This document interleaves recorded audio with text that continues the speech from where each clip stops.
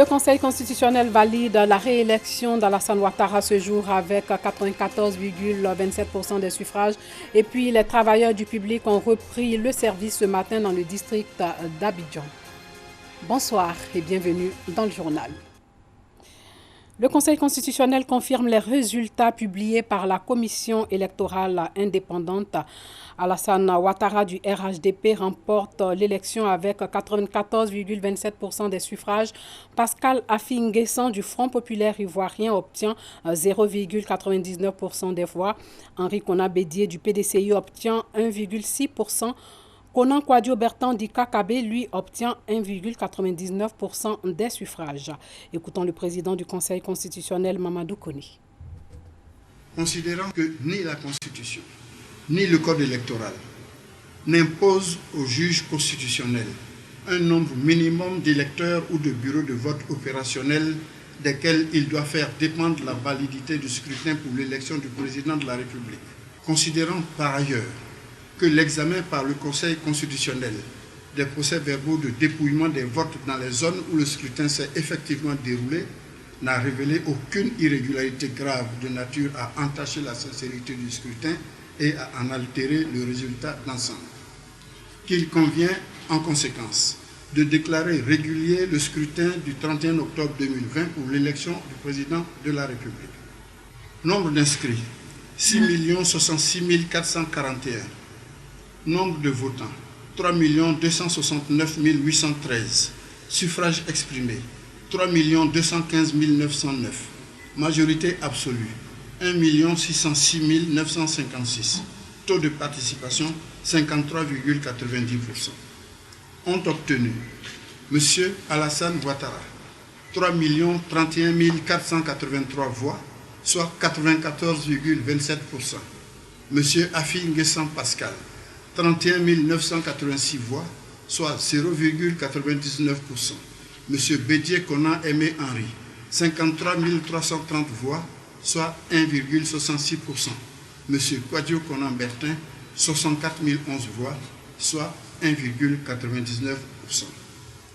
Considérant que sur 3 215 909 suffrages exprimés, la majorité absolue est de 1 606 956 voix.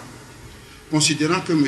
Alassane Ouattara a recueilli 3 031 483 voix, réalisant ainsi un score de 94,27% supérieur à la majorité absolue requise, qu'il convient en conséquence de le proclamer élu dès le premier tour président de la République de Côte d'Ivoire au terme du scrutin du samedi 31 octobre 2020. Décide. Article 1er. Le scrutin du 31 octobre 2020 est régulier.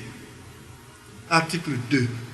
Monsieur Alassane Ouattara est proclamé élu au premier tour président de la République de Côte d'Ivoire. Article 3. La présente décision sera publiée au journal officiel de la République de Côte d'Ivoire. Décision délibérée par le Conseil constitutionnel en sa séance du 9 novembre 2020. Sachez que le président Ouattara va s'adresser à la nation à 20h ce soir et c'est sur RTI 1. Ce lundi matin, les Abidjanais ont repris le chemin du travail. Les troubles constatés lors du scrutin dans plusieurs villes du pays et les manifestations dans plusieurs quartiers d'Abidjan avaient créé une psychose. La majorité des travailleurs du public étaient presque tous à leur poste. Alassane Drabo revient du centre des affaires dans la commune du Plateau. Plateau, ministère de la fonction publique. Nous avons rendez-vous avec le directeur de cabinet.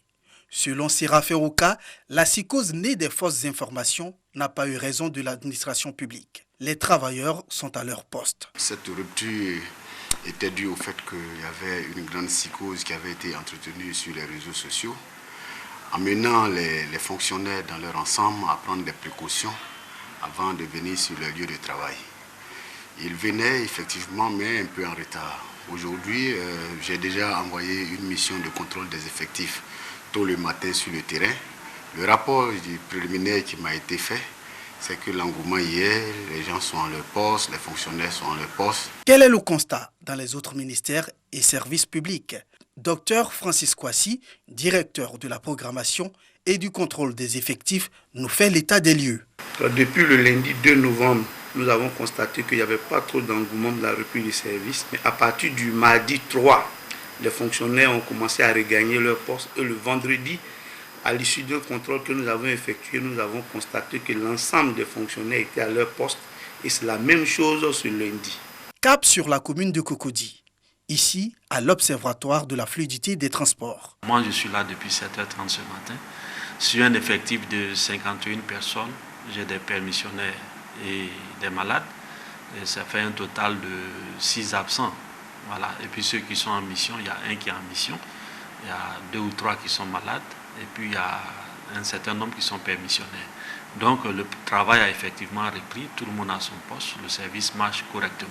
Occasion choisie par le directeur de cabinet du ministère de la fonction publique pour inviter l'ensemble des Ivoiriens à regagner leur poste. À ce titre, j'invite encore quelques sceptiques à venir au travail, à rejoindre le lieu de poste.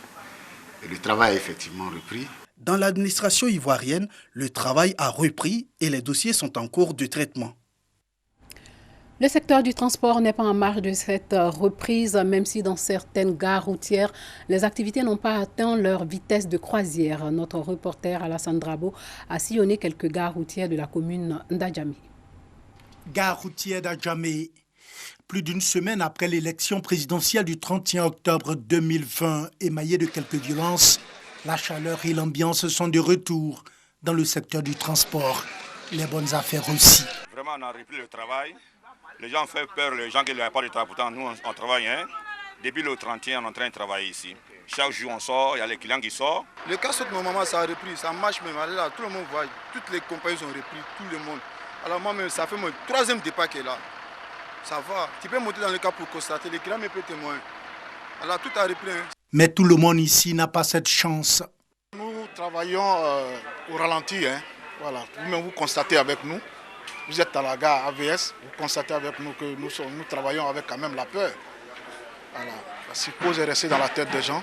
Et les cas sortent lentement. Vous voyez que c'est le 2e départ que nous venons de lancer. Vous voyez que nous roulons à perte. Un peu plus loin, dans la gare des taxis communaux, machinistes et chefs de gare ont du mal à tirer leur épingle du jeu. Actuellement, c'est très dur. Les gens refusent de sortir. Souvent, on vient garer, on peut faire 2 heures du temps pour avoir un chargement. Toute la journée même, peut-être si tu as trop eu, peut-être c'est 15 000. Si tu dois faire carburant dans ça et puis tu as fait la recette, c'est combien tu as allé à la maison pour aller nourrir ta famille. On a repris, mais c'est timidement. Voilà, par rapport à ceux qui ont voyagé. Voilà. Puis encore, la reprise de l'école. Nous, c'est l'école qui fait que nous, on fait nos recettes. Parce que nous sommes à Cocody, il y a beaucoup de lycées et le collège. La reprise des activités dans le secteur du transport est timide, mais les responsables sont optimistes. Ce que nous constatons depuis un certain temps, c'est qu'effectivement, nous avons observé par moments une timidité au niveau du trafic routier. Mais depuis quelques jours, nous avons constaté aussi une reprise des activités sur les grands axes. Nous constatons aussi que les populations sont de plus en plus réticentes à cause des rumeurs d'insécurité, etc. et de quelques bouchons que nous constatons sur certains axes. Dans tous les cas, nous appelons les populations à la sérénité parce que la reprise est effective sur les routes et que les forces de sécurité prennent toutes les dispositions pour sécuriser les axes pour que véritablement la question de la mobilité des populations ne soit pas une question touchée par les conséquences des événements que nous vivons aujourd'hui.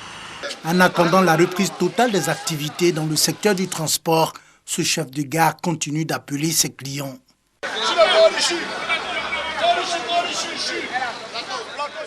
Voilà, reportage à commenter par Dangui Dangui. Le commandant supérieur de la gendarmerie nationale, le général Apalo Touré, lui reste engagé sur le chemin pour poursuivre la sensibilisation en vue de mettre fin aux violences liées à l'élection présidentielle du 31 octobre dernier. Il était à Béoumi, dans la région de Bouaké, pour faire passer un message, celui de la paix. Kader Sogodogo. Béoumi, 60 km à l'ouest de Bouaké. Le train-train quotidien a repris. À la résidence du préfet, le général Alexandre Apalo Touré, commandant supérieur de la gendarmerie nationale, échange avec le corps préfectoral. Il est accompagné des grands commandements de sécurité et de défense de Bouaké.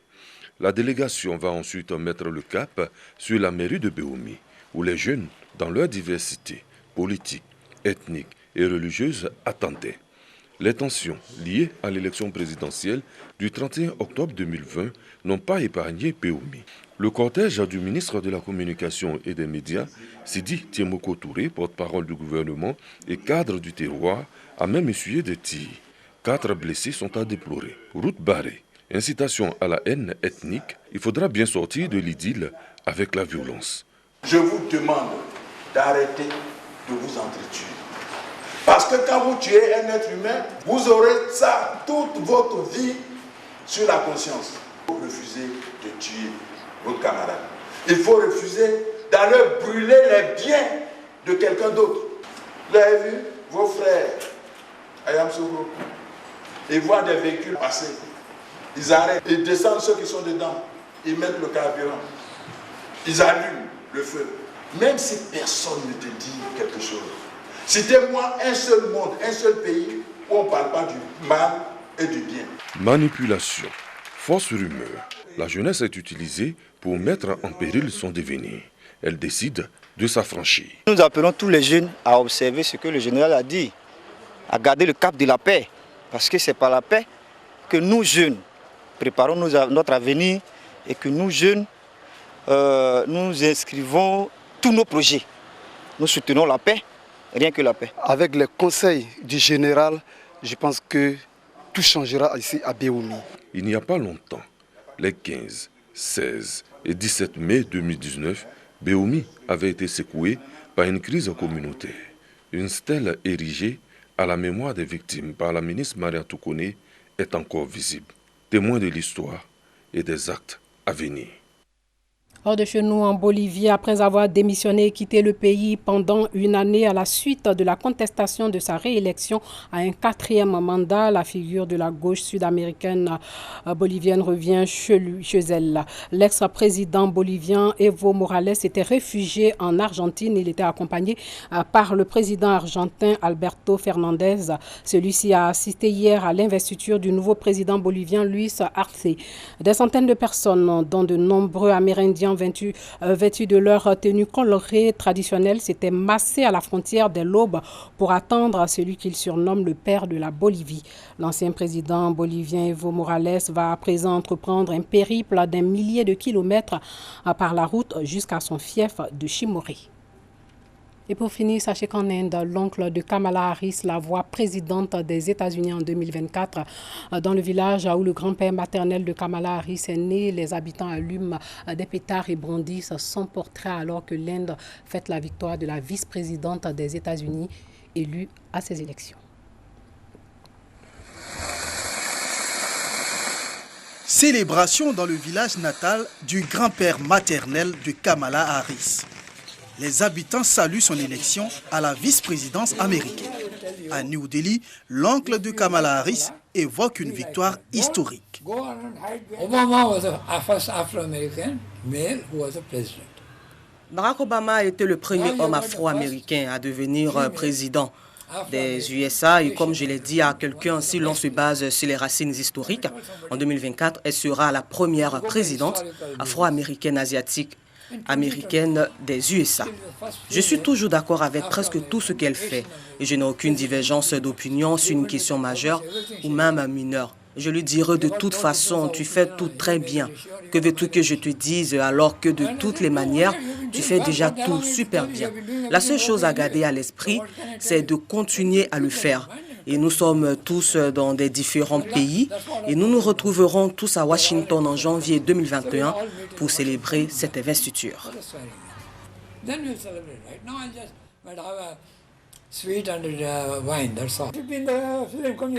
Retenons que Kamala est la première afro-américaine à occuper le poste de première vice-présidente des USA. Voilà, c'est sur cette information que s'achève ce journal. Merci de l'avoir suivi et surtout, portez-vous bien.